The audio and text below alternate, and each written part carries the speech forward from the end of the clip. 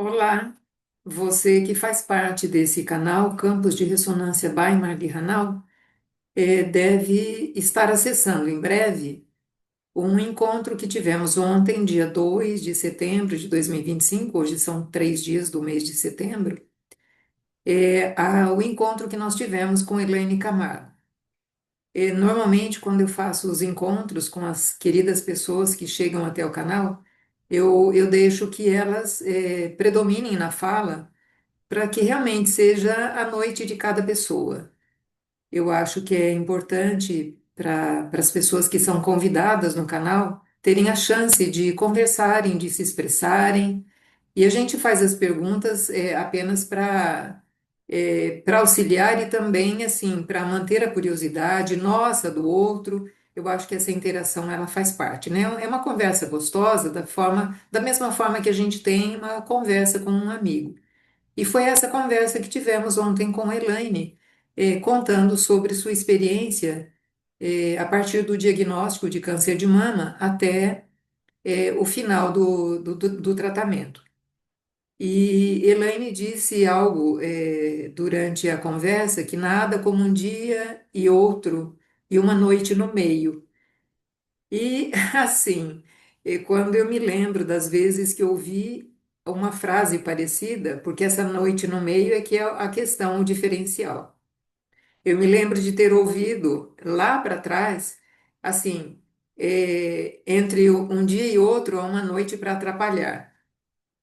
E no caso da Elaine, foi uma noite para se recuperar, para pensar.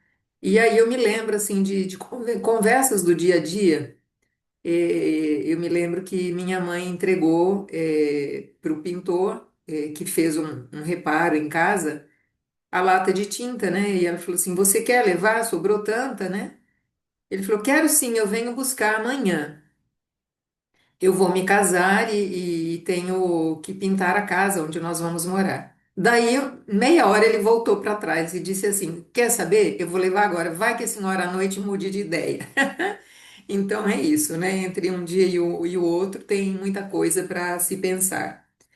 E pensando nisso, eu acordei hoje de manhã com várias coisas, né? Então eu te agradeço, Elaine, por você ter me permitido me lembrar de várias coisas, e eu acho que vai ser um link entre a sua fala que aconteceu ontem e a fala que vai acontecer na próxima terça-feira, dia 9 de setembro, quando Ingrid Canhete vai lançar mais um livro falando sobre os seres galácticos que estão chegando aqui na Terra. E mais um link com o dia 16 de setembro, em que Ingrid e eu estaremos lançando um livro que nós elaboramos juntas. Então, assim, quanta coisa bacana você trouxe para nós.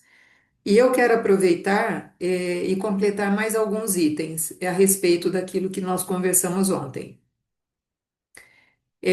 Quando a gente acompanha os casos de câncer, muitas pessoas têm o câncer e nunca mais ele aparece. As recidivas não operam.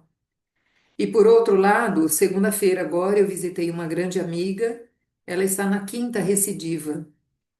E a gente se pergunta, né, que tamanho de experiência é esse que cada pessoa se programa para vivenciar.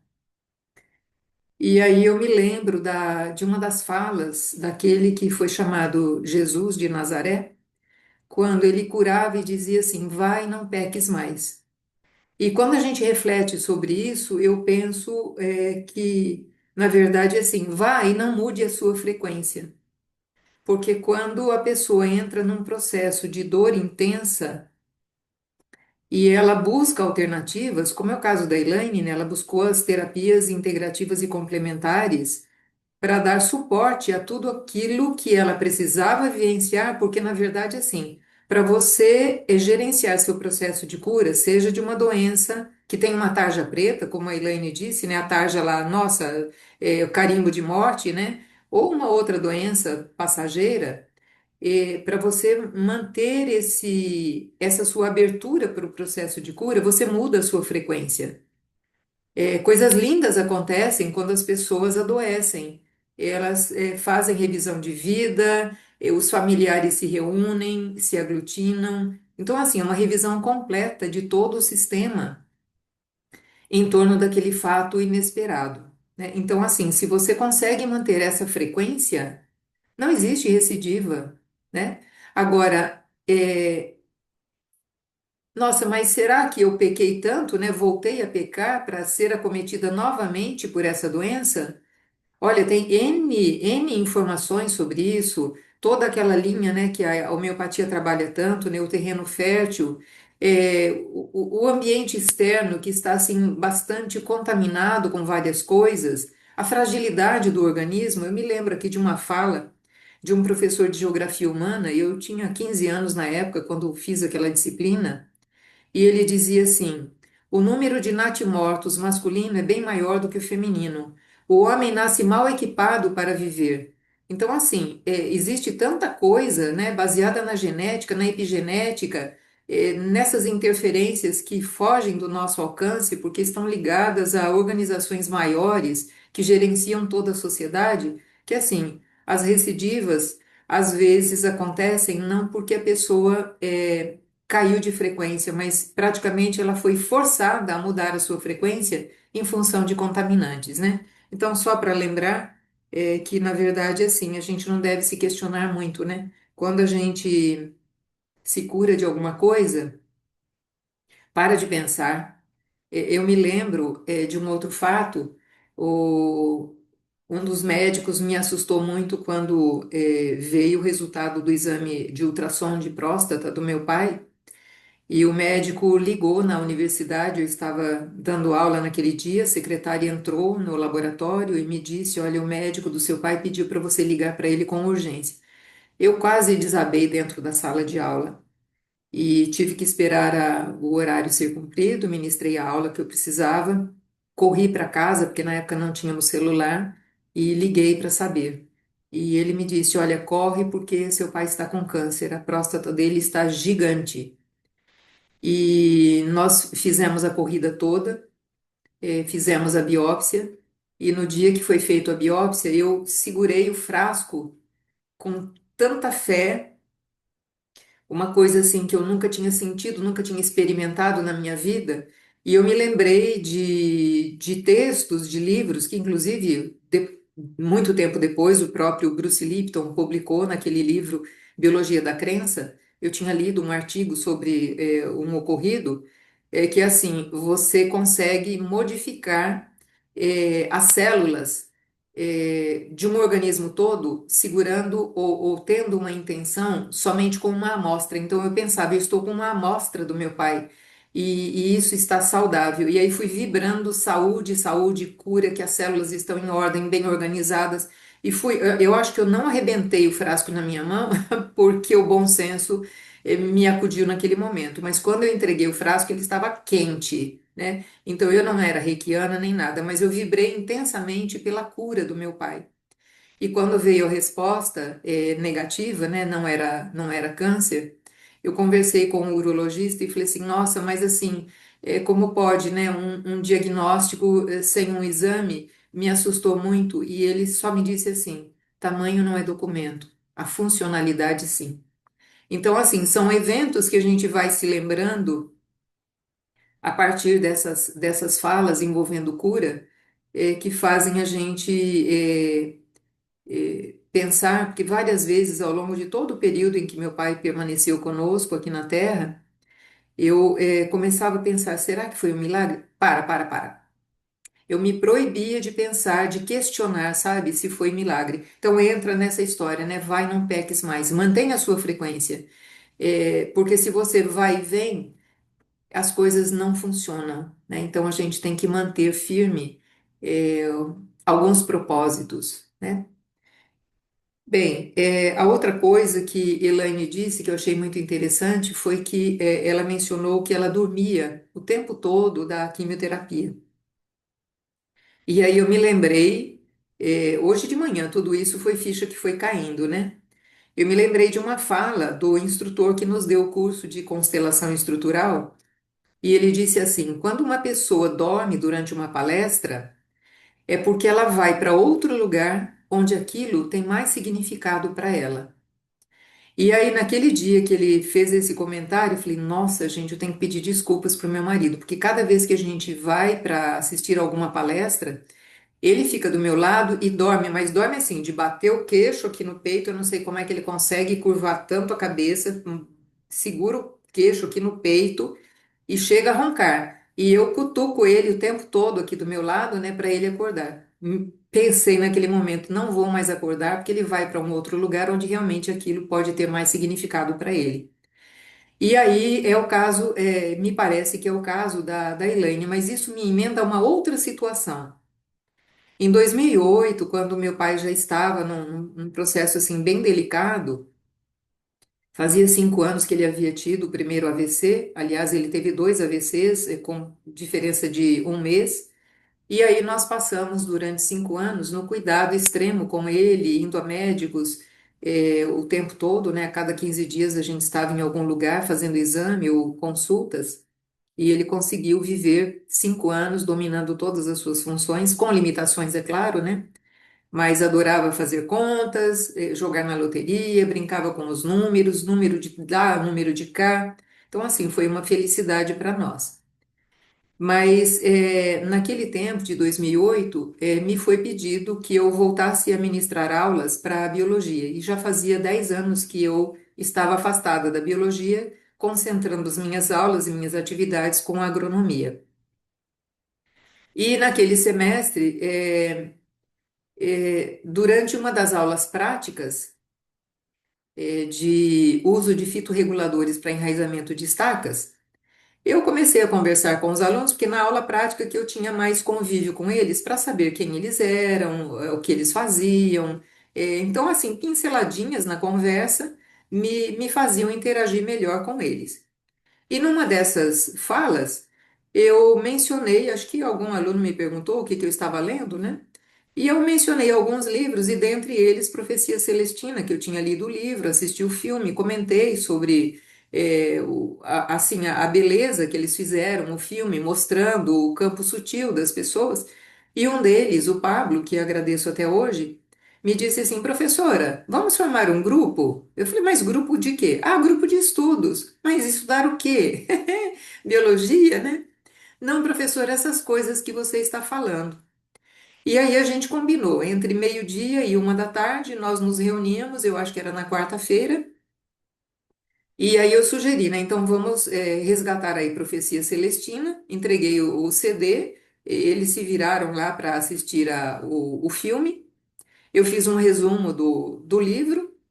E aí, bom, então esgotamos a primeira reunião, nós esgotamos. Ah, então o que que a gente vai ler? Falei: Bom, eu comecei a ler A Sabedoria Antiga de Anne Besant. É teosofia, mas está bem dentro desse tema que trouxe Profecia Celestina, mostrando que nós temos mais de um corpo, além desse físico, outros corpos.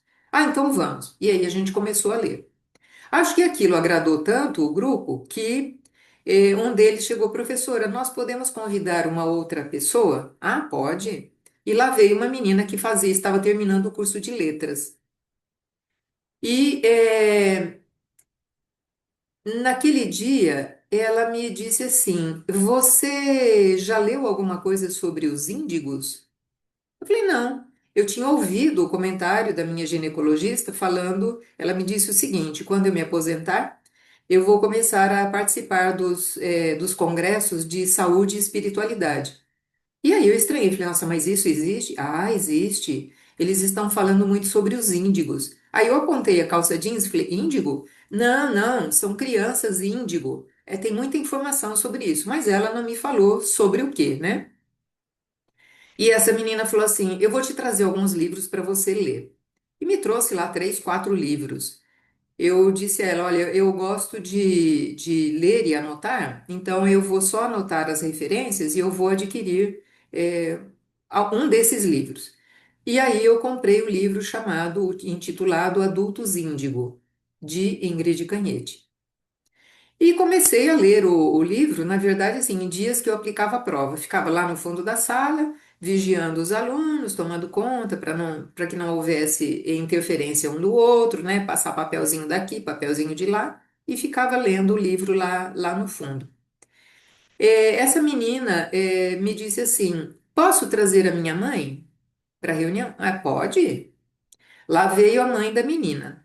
E na conversa eu perguntei para ela, é psicóloga, eu falei assim, por acaso você já recebeu no seu consultório alguma pessoa que você conseguiu identificar como sendo índigo? Ela disse sim, eu recebo muitos adolescentes índigos. E aí eu perguntei qual a principal característica desses adolescentes? A solidão.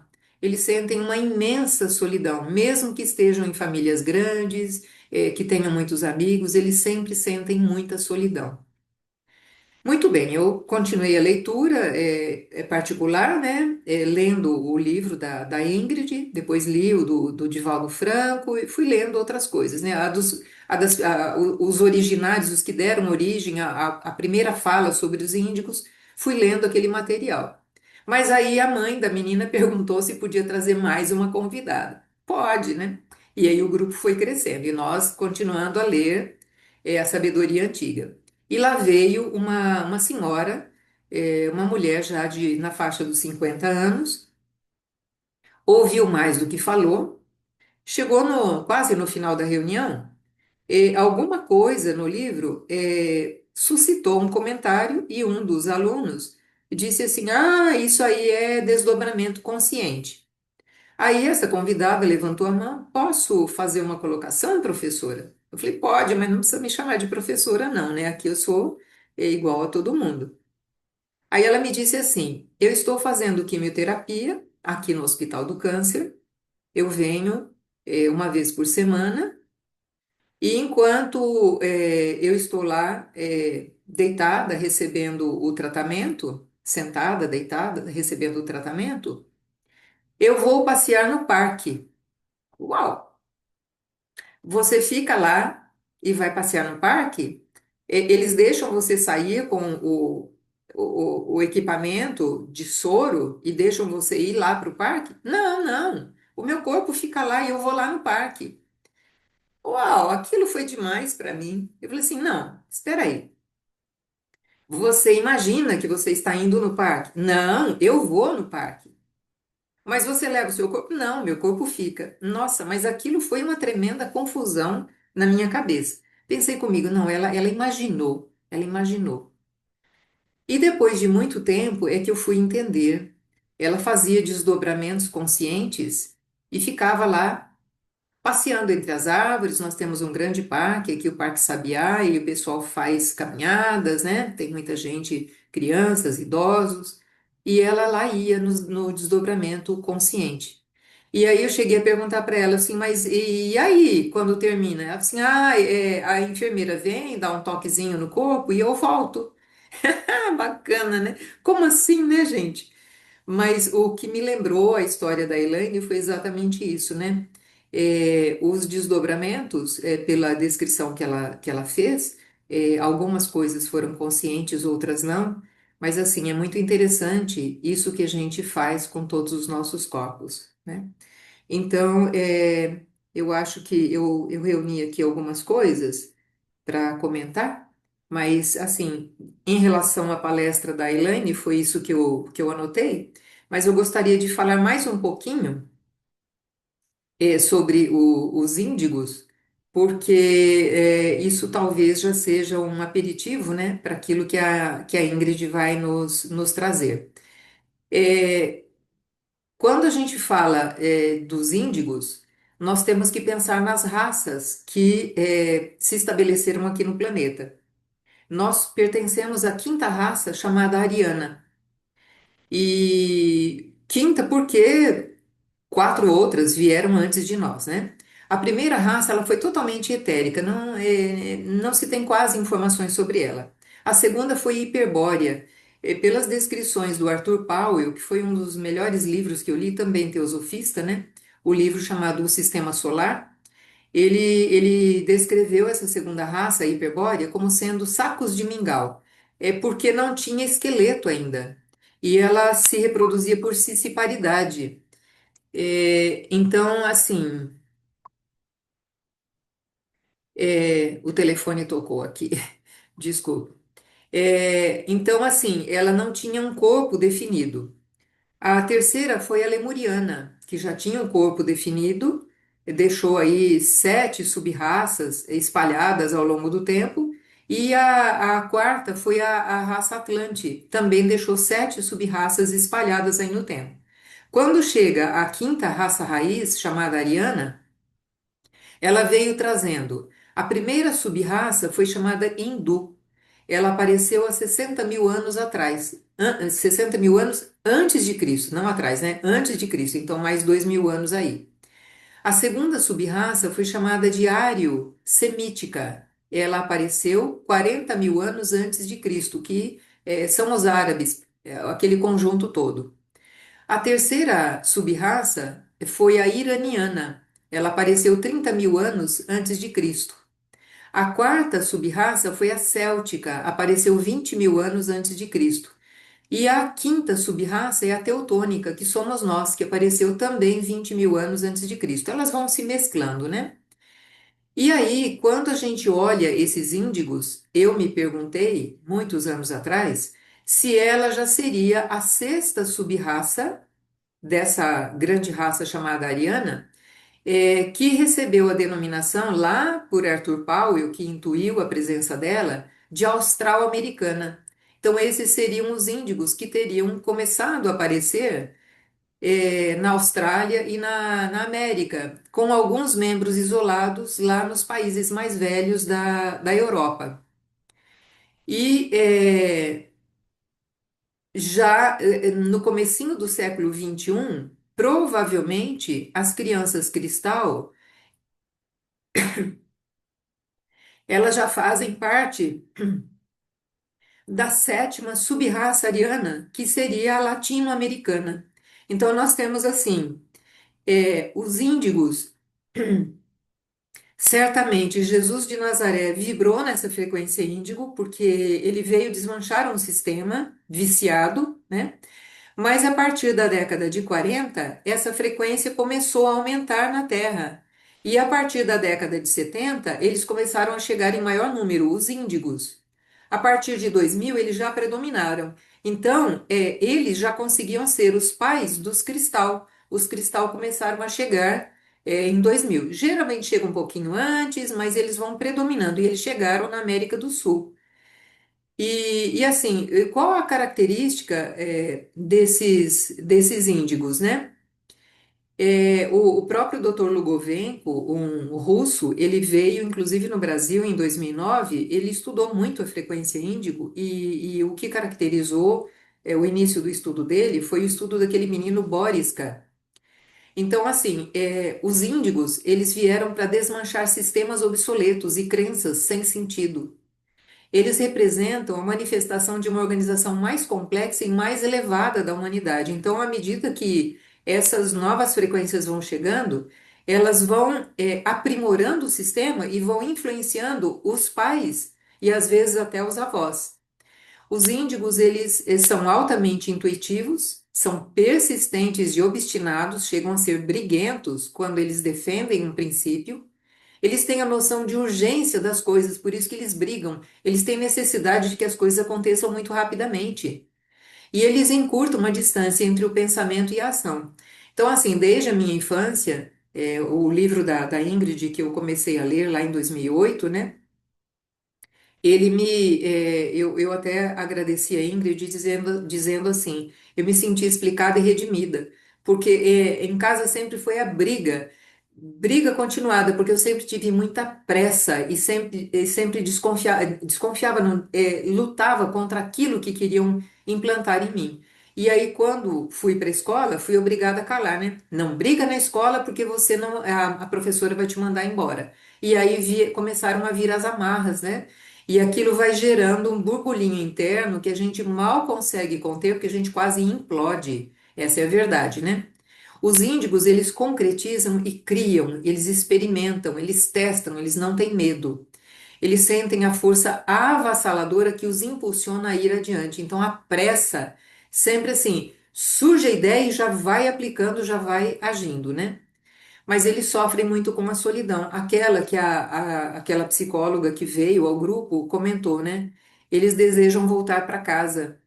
E não é a casa física onde eles moram. Eles estão aptos a trabalharem com vibrações atuais e com aquelas antigas e as que estão chegando no planeta. Então, são a ponte, né? E por isso eles foram chamados e continuam a ser chamados de guerreiros da luz. De fato, a sua missão é ser ponte energética da vibração antiga para a moderna, ajudando e facilitando o processo de mudança vibracional em curso no planeta, em função do dom que eles têm para poder atuar nessas duas frequências. Eles representam um novo estágio, representam, né? O novo estágio de evolução da espécie humana, inclusive com alterações no DNA. É, até com ativação de outras hélices, né? Eu me lembro que em 2010 saiu uma notícia em uma revista da FAPESP mostrando que drosófilas foram encontradas com 3 fitas do DNA, né? E a glândula timo também está em desenvolvimento mais intenso, então o cardíaco se expandindo, porque eles têm muita empatia, conseguem perceber o que o outro está sentindo e pensando. Isso às vezes acaba sendo um inconveniente muito grande, né? Porque a pessoa tem que se controlar, ela sabe quem está mentindo, quem está sendo coerente, quem está sendo hipócrita, e isso complica a situação para ela, né? E uma coisa muito importante que os índigos vieram fazer foi que eles facilitaram a encarnação de crianças cristal, porque geralmente um cristal ele nasce do cruzamento entre dois índigos, ou pelo menos um deles tem que ser índigo, porque senão o cristal não consegue se implantar, né? Então, assim, a atuação deles, além de serem pais, porque facilitaram a encarnação dos cristal, eles também foram e são educadores, né, preparando as próximas gerações. Então, assim, o que eu gostaria de comentar sobre essa questão dos índigos, para facilitar a nossa conversa com Ingrid, na próxima terça-feira, era isso porque esse foi o grande desafio, né? A chegada dos índigos. Sofreram demais, porque o sistema os travou, alguns acabaram se suicidando, outros se desviaram das suas missões e outros corajosamente seguram a tocha até hoje. E nós precisamos continuar segurando essa tocha para permitir que todos os que vieram depois, né, Cristal, Arco-Íris, que em bando chegaram em 2015, depois os Diamante, Esmeralda, para segurar o planeta na sua constituição sociopolítica, econômica, educacional, para que eles possam florescer. Então, a nossa missão é permitir que a missão desses seres que estão chegando à Terra possa, se expressar plenamente. Eu acho que esse é o grande impacto para nós em termos de missão. Eu espero que a gente se encontre na próxima terça-feira com o lançamento do livro da Ingrid e no dia 16 novamente com o lançamento do livro que nós duas escrevemos. E tem muita coisa interessante, diferente, surpreendente, intrigante, assustadora e ao mesmo tempo de alegria para nós, para esses próximos momentos que a gente vai vivenciar na Terra. Gratidão por me ouvirem, espero que vocês tenham um lindo dia, uma linda semana e até a próxima terça-feira. Muito obrigada.